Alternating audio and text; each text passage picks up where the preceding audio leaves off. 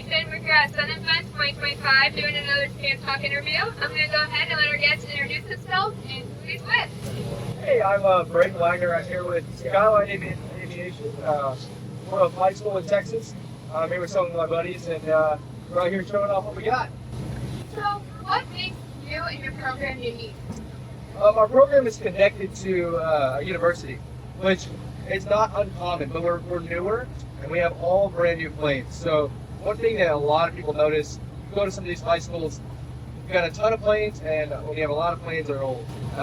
We have all brand new Diamond 20s, the Diamond aircraft as a whole. We have a lot of different planes, but they're all brand new avionics. You know, the world is moving away from steam gauges and into glass, and we want to teach good commercial pilots.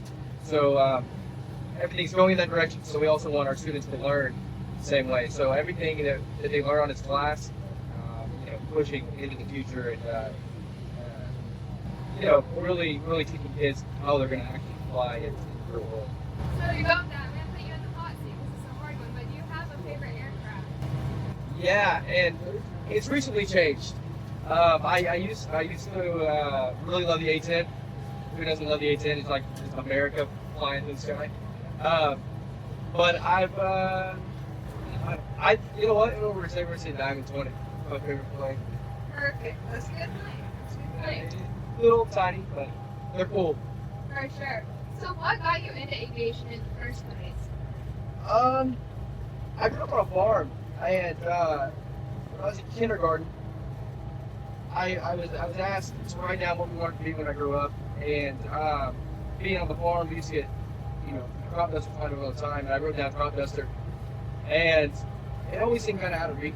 I went to college at Texas Tech, and my roommate's girlfriend, her dad was a pilot, and she was leaving all the time, and getting the old this whole thing, and I was like, oh, maybe it is in reach. So I called my mom, and I was like, I'm becoming a pilot. She was not happy because she didn't want me to leave school, and the program opened up, first year in San Angelo, and that was kind of a good middle ground. So I was going to be able to get my degree and become a pilot. So I went to ASU, and here we are. The rest is history. It is. So I come from somewhere really rural too, so I know sometimes the resources aren't always there. What advice would you give someone who's in the position you're in, who wants to do it, but they just don't know how to go about it? I can see it being hard. I think part of the reason when I was younger, I didn't really think it was possible because there was zero resources. We had a runway into town, but I'd never been out there. The crop duster landed at it, and that was it. It was super old. I think they did some dumping out there too, but no flight schools around. The thing is, if you really want to do it, you will, right? And like Earl was talking about, when you have, even if you have less resources, if you really want it, you will get there. So resources might not be there, but call college and be like, hey, I want to do this, or call up a flight school. They will work, and they will get it done. I think if you have to travel, I have students who travel late just for fun, which isn't an option for everyone. But if you want to make it happen, you will. So you have to get to look at yourself and go, I really want to do this. If you really want to do it, you will make it happen. 1000%. And what's one thing that keeps you motivated and keeps you going and wanting to do it through all the hard work? The people I'm around. I'm around a massive group of flight instructors and students that are always pushing themselves, and I can see I'm so happy with my position in flight school because everybody who's above me, I'm looking up to them. Erlen's leaving for the airlines, and he was just starting out a year ago, and so looking up to people like that, have people around you that will push you and be like, you need to get this done, and really continue to push you. Surrounded, people always say it, but it's so true. Being surrounded by people who push you is a huge thing. 10,000%.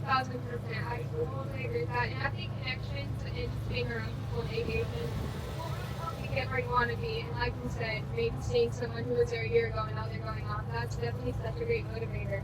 What advice would you give to someone who might be looking up to you who's younger? Don't look up to me. Good advice, baby. I actually have a little brother who joined the program. Following me, right? So I've kind of been in that role of somebody who's looking up to. It's always look forward.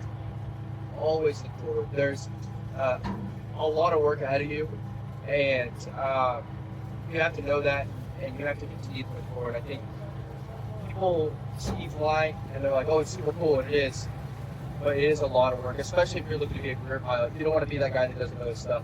So there's a ton of studying, and I think people look over that because they're looking straight to being in the air. You have to know your stuff. You have to stay safe. For sure. And looking into the future, what do you hope to accomplish next? Well, the very end goal is going to be airlines. It's kind of the peak, the top of the top. So that's kind of where I'm going to end up. But currently, right now, my plan is Alaska. I'm gonna fly China for hopefully another year or so, and then move up into Alaska and fly there for a little while, have some fun before I settle down into the airlines. For sure, and we're all about fun on TramTalk. So on another fun note, to end on a high note, what's been your favorite part of SUNnFUN so far? Oh, I think it was the night air show. I'd never seen that before, and that was pretty wild. That was cool. I think the noise too, like that F-35 blowing our ears off, is awesome.